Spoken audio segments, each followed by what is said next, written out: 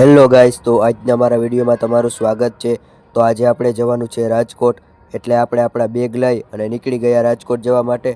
અને આપણે બેસી ગયા ઈકામાં, એટલે આપણે પહેલે ખંભાળિયા રેલવે સ્ટેશને જાશું અને ત્યાંથી ટ્રેન પકડી અને પછી આપણે રાજકોટ જાશું। એટલામાં તો રેલવે સ્ટેશને પહોંચી અને આપણે ટ્રેનમાં બેસી ગયા, એટલામાં તો આપણી ટ્રેન દોડતી થઈ ગઈ। પછી આપણી ટ્રેન નીકળી ગઈ કાનાલુસ જંકશને જવા માટે અને કાનાલુસ જંકશને પહોંચી ગયા।